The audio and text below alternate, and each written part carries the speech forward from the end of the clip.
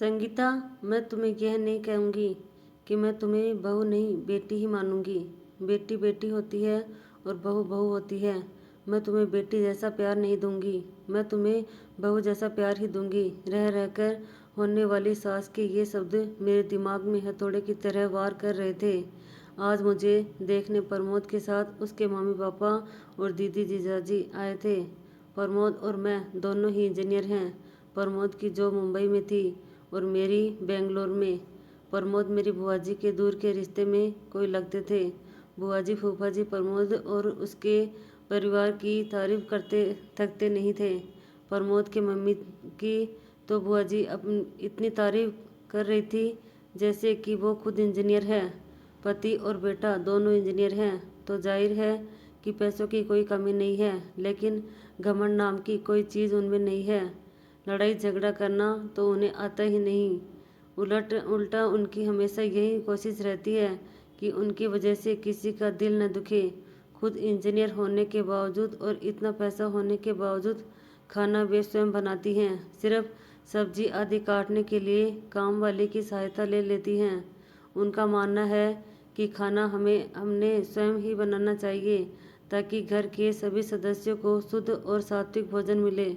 इतनी तारीफ सुनकर मुझे मन ही मन लग रहा था कि यदि यह संबंध हो जाता है तो मैं अपने आप को बहुत खुश नसीब समझूंगी, क्योंकि कहा जाता है न कि पति पत्नी के गुण नहीं मिले तो चलता है, लेकिन सास बहू के गुण मिलने चाहिए, तभी वैवाहिक जीवन सुखी रहता है। यही सोचकर मैं मन ही मन खुश हो रही थी कि मुझे बहुत अच्छी सास मिलने वाली है। लेकिन आज जब उन्होंने बहू जैसा प्यार देने की बात कही तो वे बात किसी के भी समझ में नहीं आ रही थी। आज तक सभी ने यही सुना था कि हर सास ऐसा ही कहती है कि तुम मेरी बहू नहीं बेटी हो, मैं तुम्हें बेटी जैसा ही प्यार दूंगी। लेकिन यहाँ तो उल्टा ही हो रहा है। बहू जैसा प्यार। घर में सभी को आशंका हो रही थी कहीं वे शादी के बाद फिल्मों वाली ललिता पंवार टाइप की सास न बन जाए। यदि ऐसा हुआ तो मेरा क्या होगा। लेकिन सिर्फ इस एक बात को नज़रअंदाज किया जाए तो बाकी सभी बातें अच्छी होने से घर के सभी सदस्यों को लग रहा था कि ये रिश्ता हो जाना चाहिए। और आखिरकार शादी हो गई। मेरी शादी तो हो गई, लेकिन दिमाग में हर वक्त मम्मी जी के शब्द तुम्हें बहू जैसा प्यार दूंगी गूंजते रहते थे। इसलिए मैं मन ही मन डरी हुई थी। मैं प्रमोद से इस बारे में बात नहीं कर सकती थी, क्योंकि मुझे डर था कि कहीं प्रमोद यह न समझ बैठे कि शादी होते से ही मैंने मम्मी जी के खिलाफ उनके कान भरना शुरू कर दिए। इसलिए मैंने मन ही मन फैसला लिया था कि मैं अपना हर काम इतना परफेक्शन से करूँगी कि मम्मी जी को शिकायत का मौका ही नहीं मिलेगा। जब शिकायत का मौका ही नहीं मिलेगा तो वे ललिता पंवार नहीं बन पाएंगी। इस बात का मेरे ऊपर इतना असर हुआ कि मैं हर वक्त डरी डरी सी रहने लगी। प्रमोद ने भी 2-3 बार प्रेम से पूछा, क्या बात है, तुम खुश नहीं दिखती, तुम्हें किसी ने कुछ बोला क्या। मैं उन्हें क्या बोलती। मैंने इतना ही कहा कि नहीं, ऐसी कोई बात नहीं है। नया घर, नया वातावरण, सब कुछ नया होने से शायद मैं अपने आप को एडजस्ट नहीं कर पा रही हूँ। धीरे धीरे सब ठीक हो जाएगा। मम्मी जी पापा जी भी मेरा बहुत ख्याल रख रहे थे, हर वक्त बहुत प्यार से पेश आते, लेकिन मेरे मन में जो बहू जैसा प्यार की गांठ बैठ चुकी थी वो निकल ही नहीं पा रही थी। सब लोग कहते हैं ना कि शादी के बाद कुछ दिनों तक तो ससुराल के सभी लोग अच्छे से ही रहते हैं, असलियत तो धीरे धीरे सामने आती है। अभी तो शुरुआत है, इसलिए ये लोग प्यार जता रहे हैं। धीरे धीरे मेरा मन इन्हीं सब आशंकाओं से ग्रस्त रहने लगा। शादी के 8-10 दिन बाद की बात है। मैं चाय बनाने के लिए दूध के गंज 3 लीटर दूध था में से दूध निकालने लगी तो न जाने कैसे क्या मेरे हाथ से संडासी बराबर पकड़ी नहीं गई और गंज हाथ से छूट गया। पूरा क्या पूरा गरम गरम दूध नीचे गिर गया। मैं इतनी ज़्यादा डर गई कि पूछो मत। कहाँ तो मैं सोच रही थी कि मैं हर काम पूरी परफेक्शन से करूँगी, और कहाँ ये दूध। उसमें भी खास बात यह थी कि दूध वाला दिन में सिर्फ एक बार सुबह ही दूध लाता था। पैकेट के दूध में मिलावट होने से वो घर में नहीं लाते थे। सभी लोग चाय का इंतजार कर रहे थे। गंज गिरने की आवाज़ सुनकर मम्मी जी ने बाहर से ही आवाज़ लगाई, संगीता क्या हुआ? मैं तो इतनी ज़्यादा डर गई थी कि मेरे मुंह से आवाज़ ही नहीं निकली। तब मम्मी जी खुद किचन में आए। मम्मी जी को सामने देखकर मैं डर के मारे कांपने लगी। मुझे लगा कि अब वो ज़रूर ललिता पवार बन जाएंगी, क्योंकि अब कल सुबह तक किसी को भी चाय नसीब नहीं होने वाली और सभी को चाय पीने की आदत है। मम्मी जी ने गिरे हुए दूध की तरफ देख और मेरी तरफ देखा और मैं बम फटने का इंतजार करने लगी। बस अब बम फटा, लेकिन ये क्या, बम तो फुसका निकला। मम्मी जी मेरे पास आए और बोले कि कोई बात नहीं है संगीता, तुम इतनी डर क्यों रही हो?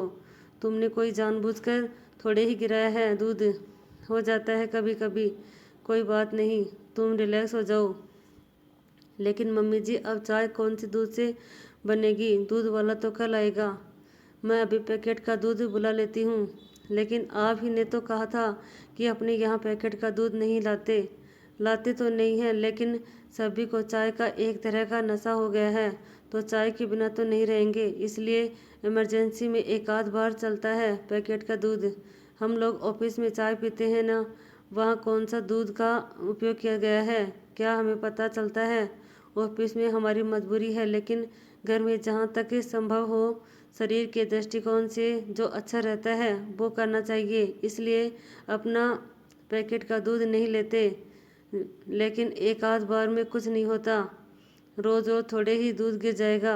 अब तुम रिलैक्स हो जाओ। मैंने मन में सोचा कि मैं फिजूल ही डर रही थी। मम्मी जी की कितने अच्छे हैं, लेकिन दूसरे ही पल सहेली की बात याद आ गई कि ये सब चौचले शादी के शुरुआत में ही होते हैं, आगे आगे देखना होता है क्या। यह बात याद आते ही फिर से मन में वही डर समा गया। दो एक बार और इसी तरह की छोटी छोटी गलतियां हुई, लेकिन तभी मम्मी जी ने मुझे प्यार से ही समझाया। 4-5 महीने के बाद की बात है। सभी को पालक पनीर की सब्जी बहुत पसंद थी। आज रविवार के सभी की छुट्टी होने के पालक पनीर की सब्जी बनाने का तय हुआ। सब लोग खाना खाने बैठे तो जैसे ही इन्होंने पहला कौर मुंह में लिया तो बहुत बुरा मुंह बनाया और एक घूंट पानी पीकर बोले कि आज सब्जी में नमक डाला है कि नमक में सब्जी डाली है? आज डबल नमक है सब्जी में, मुझे काटो तो खून नहीं। हे भगवान, अब जरूर मम्मी जी अपना बहू वाला प्यार दिखाएंगे, कहेंगे कि तेरी मम्मी ने यही सिखाया है क्या? पढ़ लिख कर नौकरी कर रही है, इसका ये मतलब नहीं कि तुम्हें सब्जी बनाना भी नहीं आना चाहिए।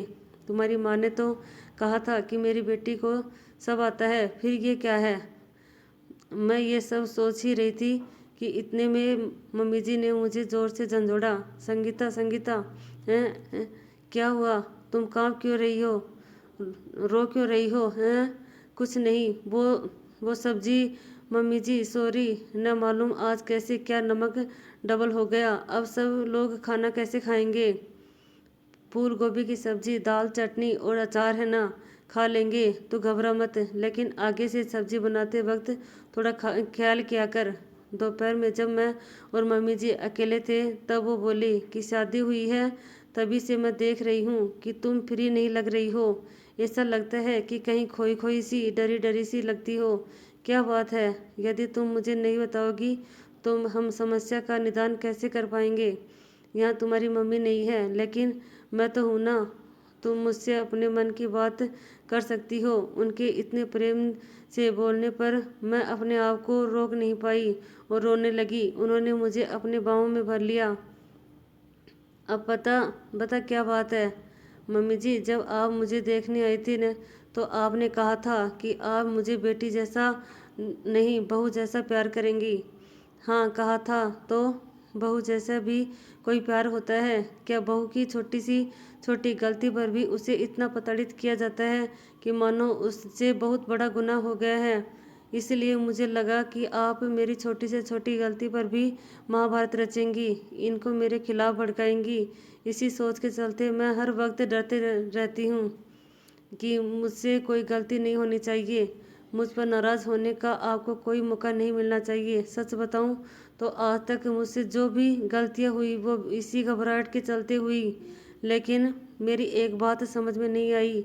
बहू जैसा प्यार करूंगी। ऐसा कहने पर भी आपने आज तक अपना सासूपन नहीं दिखाया और मुझे डांटा भी नहीं। फिर आपने ऐसा क्यों कहा था कि आप बहू जैसा प्यार करेंगी? और पगली, अरे पगली, मुझे नहीं पता था कि तू मेरी सीधी सी बात को इतना दिल पर लगा लेगी। एक बात बता, क्या कभी तूने किसी माँ को अपनी बेटी से यह कहते सुना कि वो उसे बहू जैसा प्यार करेगी?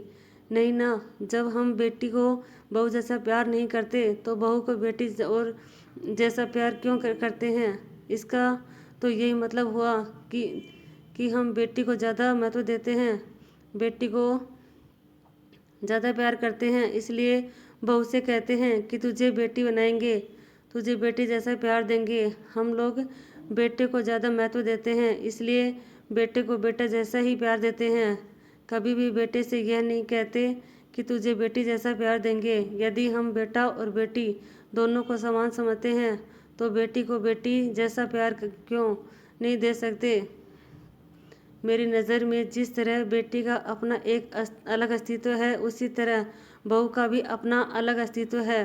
मैं बहू को बेटी से किसी भी मामले में कम नहीं समझती, इसलिए मैंने कहा था कि मैं तुम्हें बेटी जैसा नहीं, बहू जैसा प्यार दूंगी। मुझे क्या पता था कि तू उसका गलत मतलब लगा के यह बात दिल को लगा लेगी। चल अब आंसू पोंछ, नहीं तो मैं सचमुच में फिल्म वाली ललिता पंवार बन जाऊंगी। उन्होंने यह बात इस अंदाज में कही कि हंसते हंसते हम दोनों एक का बुरा हाल हो गया। आज मुझे पता चला कि बहू वाला प्यार भी होता है।